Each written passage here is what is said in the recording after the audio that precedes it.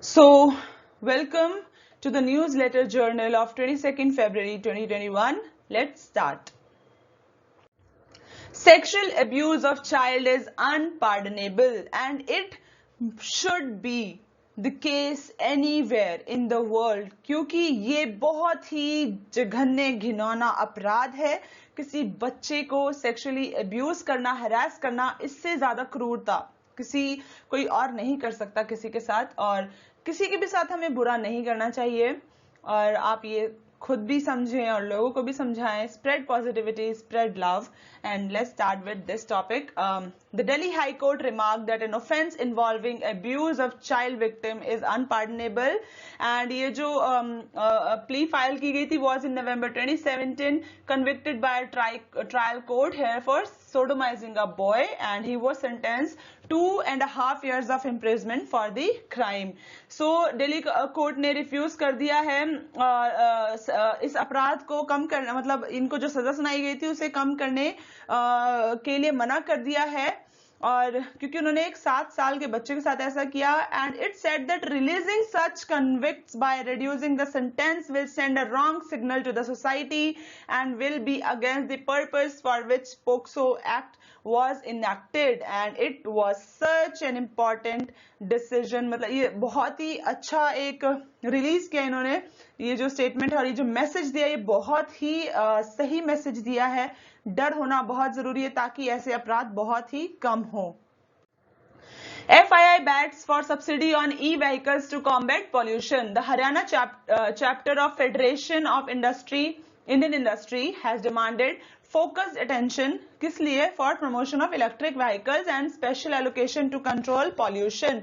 ठीक है, सब्सिडी मिलनी चाहिए e-vehicles पे ताकि हम पॉल्यूशन को कम कर सकें। Okay, it also demanded to provide basic amenities to the industries in the unapproved areas. The FII demanded that a special provision be made in upcoming budget for subsidy to electric vehicles on pattern of Delhi government that offers a subsidy of 1 lakh rupees and also waived of registration charges। तो जैसा कि pollution इतना बढ़ रहा है, तो ये बहुत ही एक अफसोस की बात भी है कि लोगों को हम सब्सिडी देकर उन्हें रिझा रहे हैं, लालच दे रहे हैं कि वो एक एनवायरनमेंट को, पॉल्यूशन को कम करने के लिए योगदान दे। तो वैसे ये अच्छा भी है और एक तरह से अगर देखा जाए तो सोचने वाली बात भी है कि ये सब करना पड़ रहा है। अगर हम लोगों को बोल रहे हैं कि भाई हम आपको पैसा दे रहे हैं, आप पॉल्यूशन कम करें, सब्सिडी दे रहे हैं, तो इस इनिशिएटिव को बढ़ाने के लिए ये भी किया जा रहा है। दिल्ली गवर्नमेंट जो है वो सब्सिडी दे रही है 1.5 लाख रुपए का, और रजिस्ट्रेशन चार्जेस जो होते हैं उसे भी हटा दिया गया है ताकि ज्यादा से ज्यादा लोग जो है वो इलेक्ट्रिक व्हीकल्स को यूज करें। अब हरियाणा भी ये डिमांड कर रहा है। So this would not only help reduce pollution but also make Haryana a valuable contributor towards the promotion of electric vehicles। important point है कि obviously इससे pollution भी कम होगा और हरियाणा भी एक valuable contributor बनेगा towards promotion of electric vehicles and also controlling air pollution।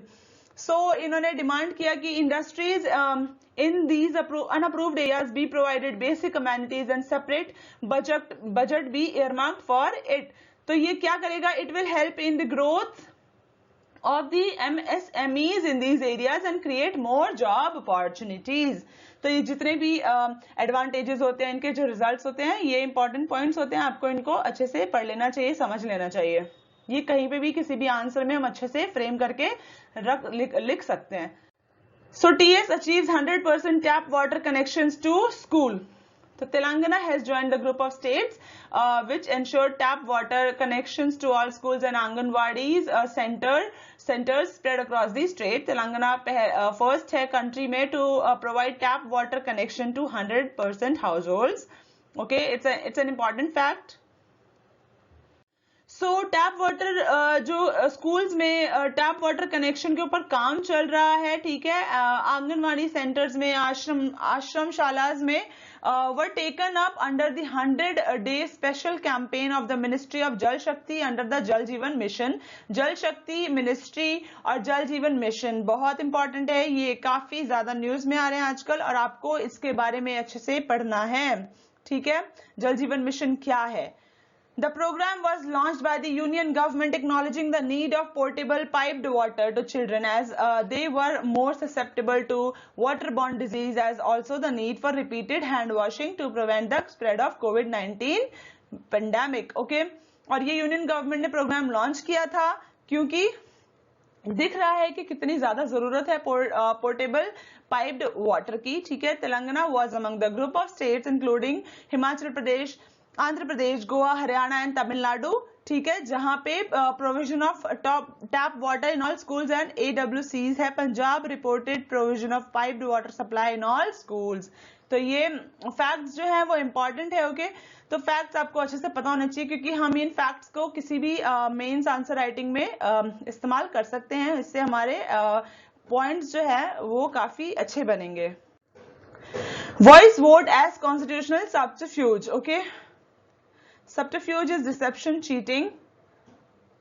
And important points क्या है? Nowadays the trend has been set to pass the legislation by voice vote, often bypassing the constitutionally envisaged legislative process in the house where the party in power has lack of majority. तो money bill route utilized increasingly in instances to bypass the upper house of parliament, the Aadhaar bill. ये जो tendency है is devalue bicameralism itself.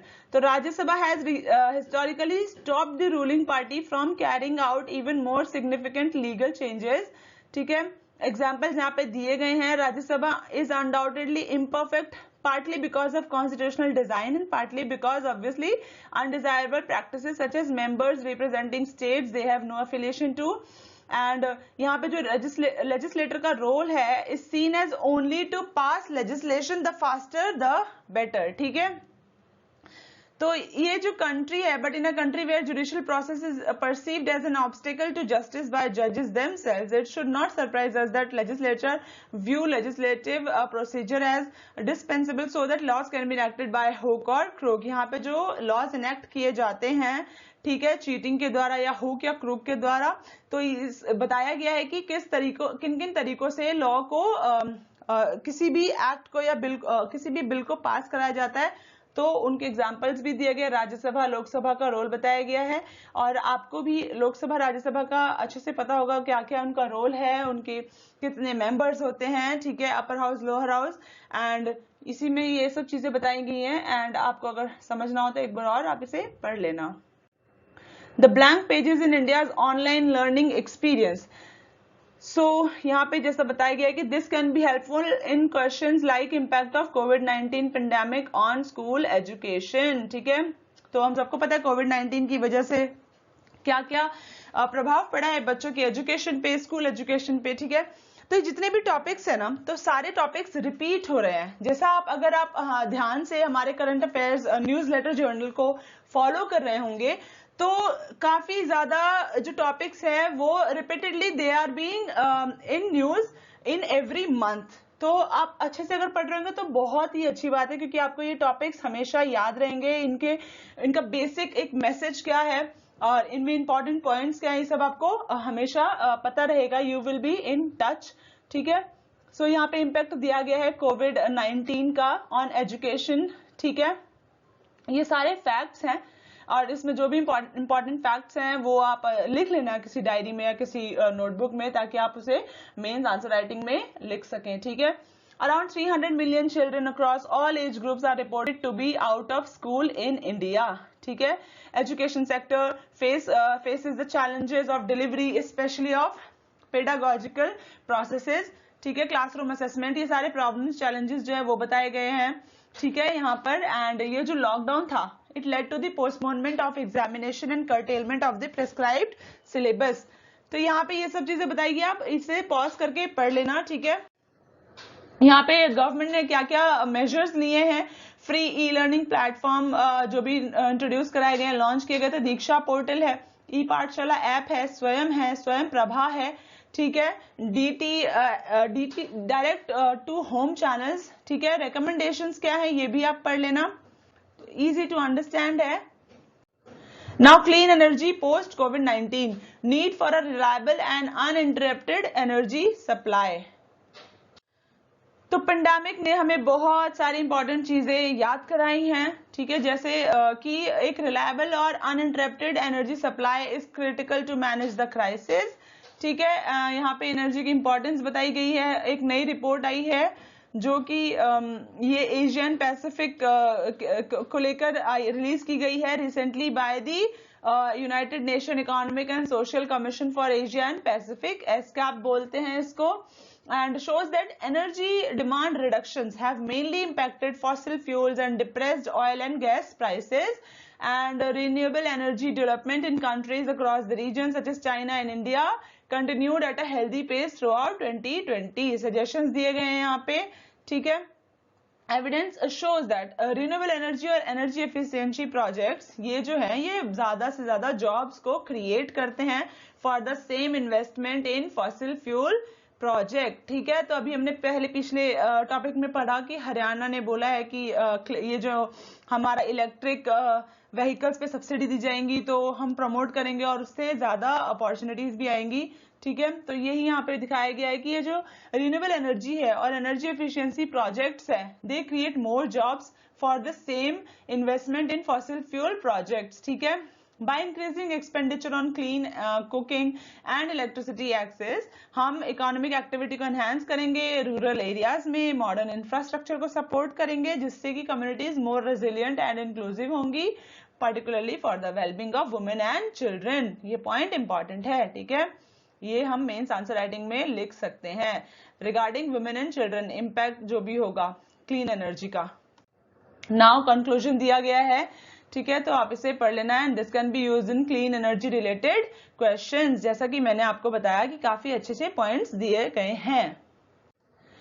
So prelims bytes, अटल पर्यावरण भवन लक्षद्वीप, ठीक है।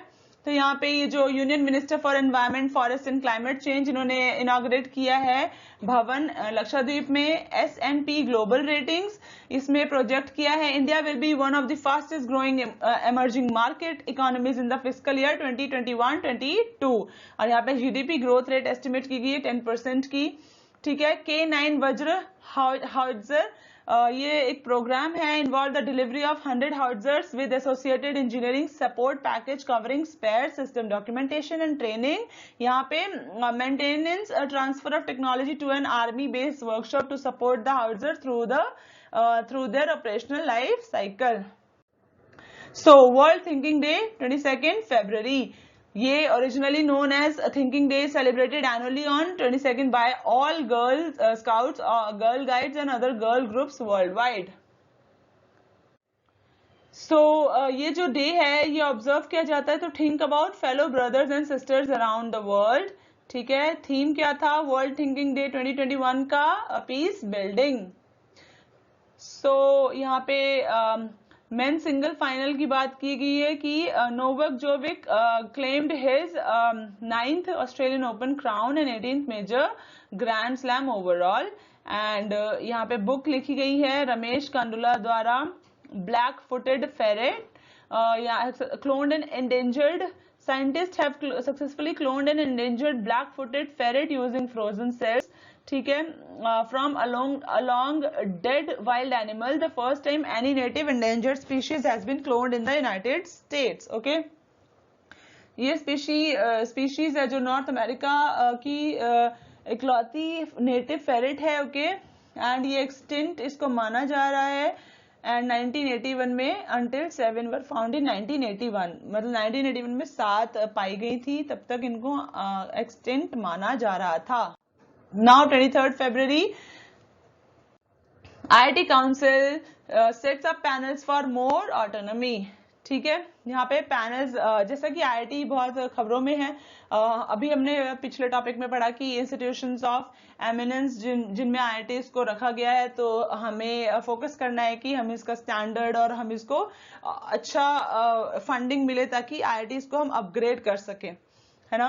तो यही वापस से इसे रिलेटेड टॉपिक आ गया है कि मैंने आपको बोला कि एक ही टॉपिक हर महीने जरूर आता है, तो आपको अच्छे से पढ़ने की जरूरत है कि क्या क्या प्रोग्रेस चल रही है, ठीक है।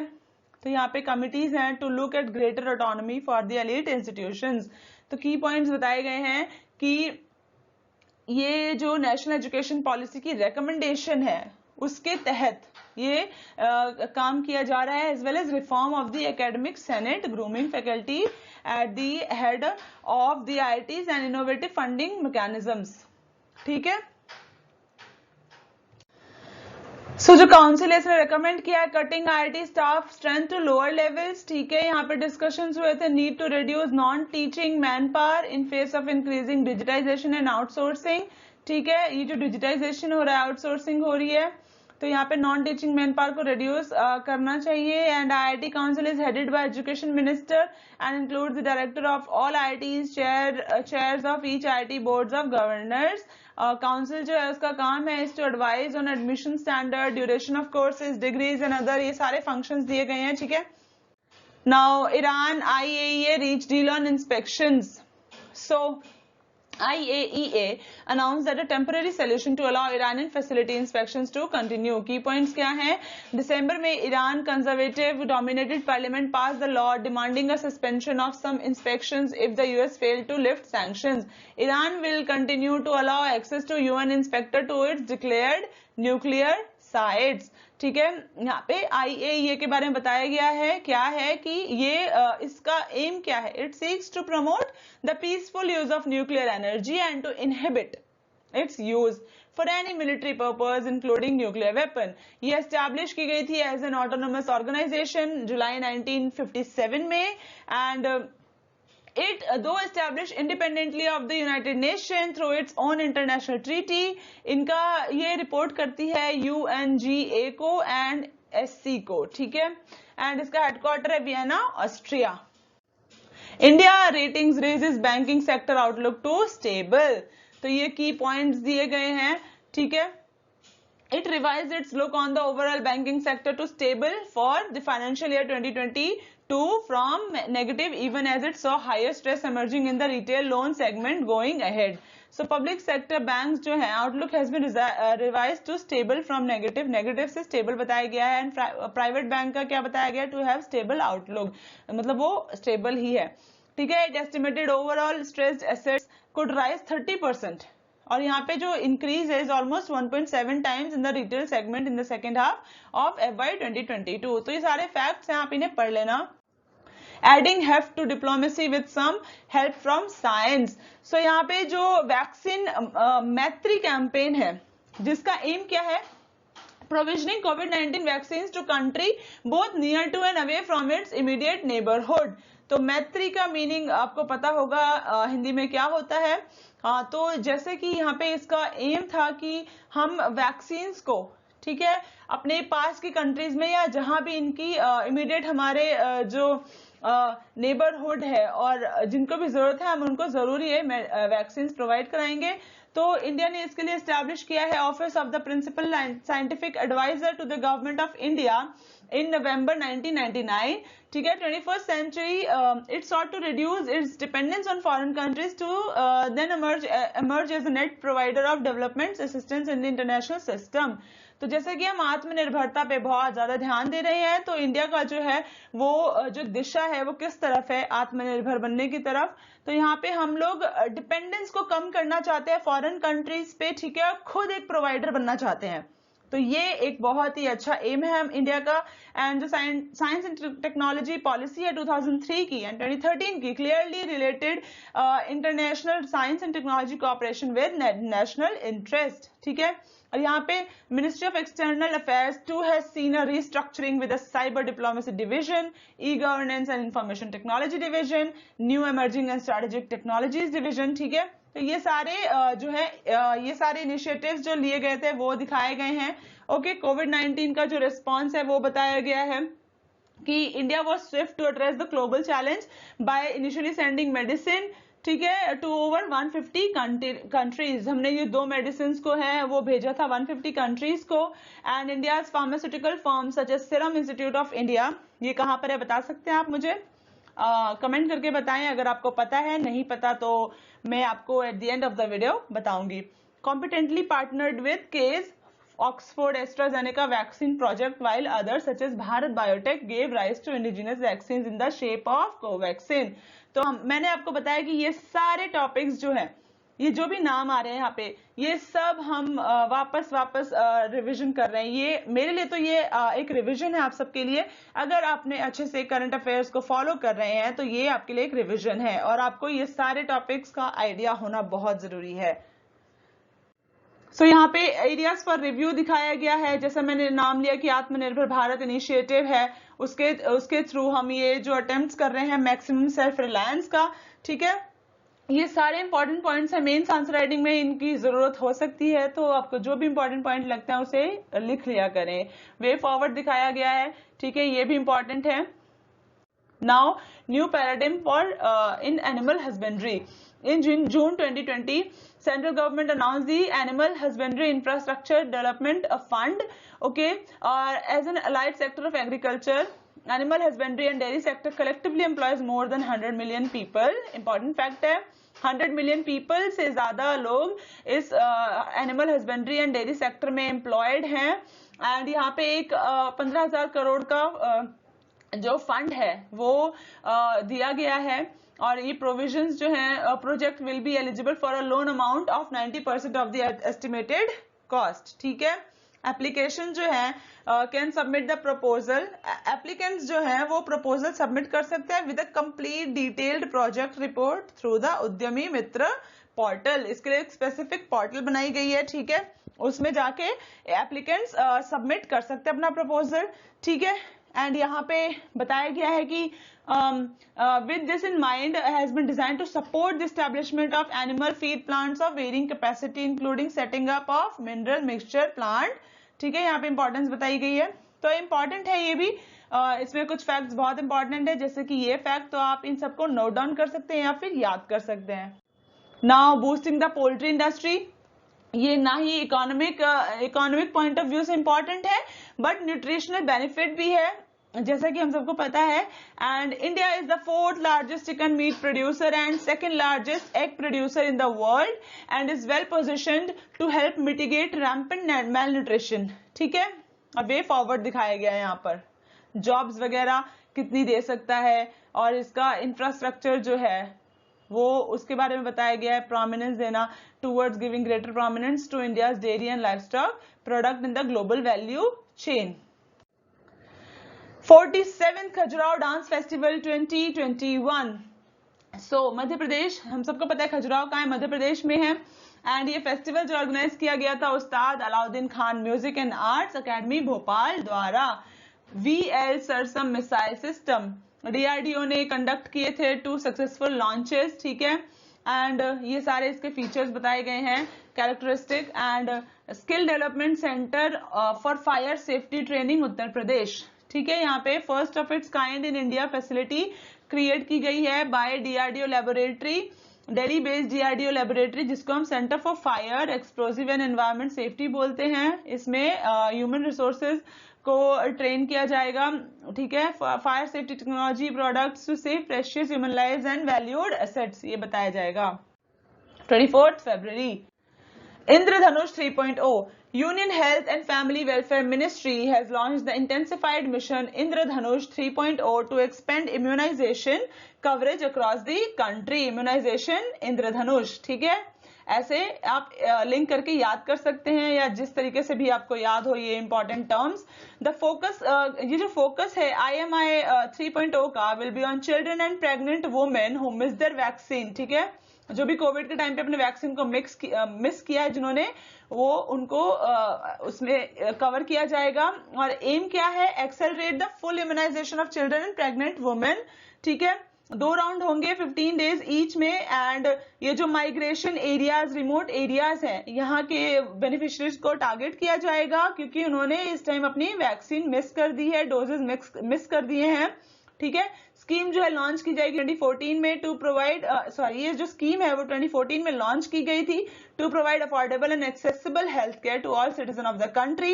इसका एम था immunise all children under 2 years as well as pregnant women against 8 vaccine preventable disease. ये सारे डिजीज के नाम है, ठीक है।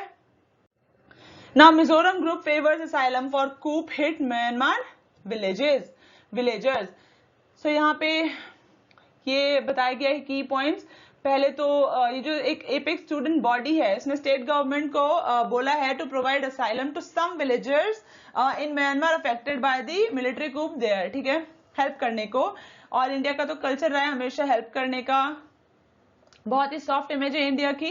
And the state government has said that asylum would be considered if there are formal request cleared by the centre. अगर centre एक clear करेगा हमें तो हम ये असylum प्रोवाइड कराएंगे। So people belonging to Myanmar's Chin community are seeking to migrate to Mizoram to escape a military crackdown। हम सबको पता है क्या हो रहा है म्यांमार में, and because of the this thing and an extremist group seeking self determination in Chin state across the border।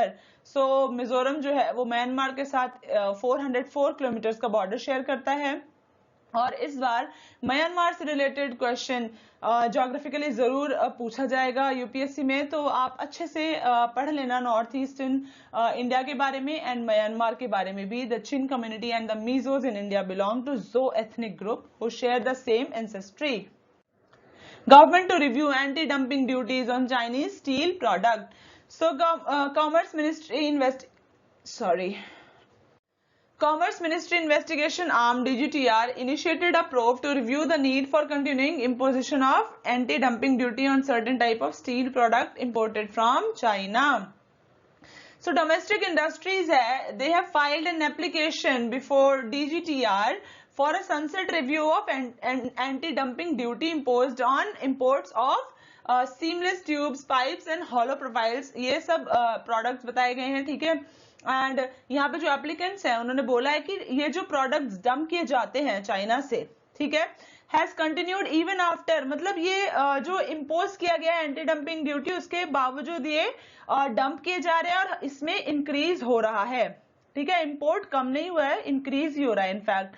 सो आगे क्या होना है कि डीजीटीआर रिव्यू करेंगे, ठीक है, यहाँ पे imposition of duties in force और एग्जामिन करेंगे कि expiry of existing duties is likely to lead to continuation और रेकरेंस, मतलब ये जो भी टेंशन बनी हुई है वो सब देखी जाएगी और आगे क्या होता है वो उसका फैसला लिया जाएगा। Prelims bytes, what is anti dumping duty? Is a protectionist tariff. ये एंटी डंपिंग ड्यूटी है, एक प्रोटेक्शनिस्ट टैरिफ है, डोमेस्टिक गवर्नमेंट जो इम्पोज करती है फॉरेन इंपोर्ट्स पर ताकि believes are price below fair market value, क्योंकि बाहर के जो प्रोडक्ट्स है वो सस्ते में ना बिके मार्केट में। ओके,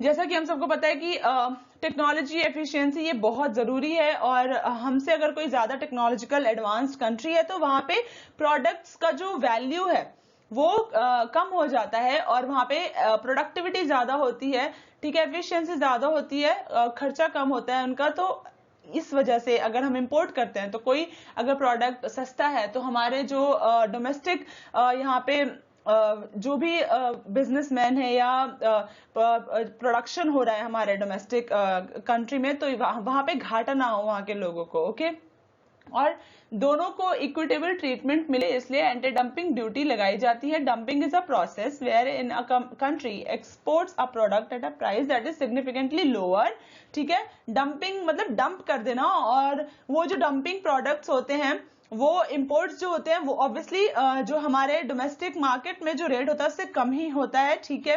एंड यहाँ पे जो ग्लोबल ट्रेड नॉर्म्स है including the WTO regime, a country is allowed to impose tariffs on such dumped products to provide a level playing field to domestic manufacturers। जैसा कि मैंने आपको बताया कि एक लेवल प्लेइंग फील्ड बनाना है, सपोर्ट करना है। ऐसा तो लोगों को अगर ऑप्शन दिया जाए तो सस्ता सामान ही खरीदेंगे, ऑब्वियसली जितने पैसे बचे उतना अच्छा है। तो इसलिए डोमेस्टिक मैन्युफैक्चरर्स को घाटा ना हो, उनको सपोर्ट करने के लिए, उनको प्रमोट करने के लिए उन्हें इसलिए हम ये दोनों लेवल प्लेइंग फील्ड पर लेकर आते हैं दोनों चीजों को, ठीक है। एंड ये ड्यूटी जो है is impose only after a thorough investigation by a quasi judicial body such as DGTR, defence acquisition council. ये हाईएस्ट डिसीजन मेकिंग बॉडी है in the defense ministry for deciding on new policies and capital acquisition for the three services army navy air force, ठीक है। Ministry of defence chairman होते हैं इस council के and important है।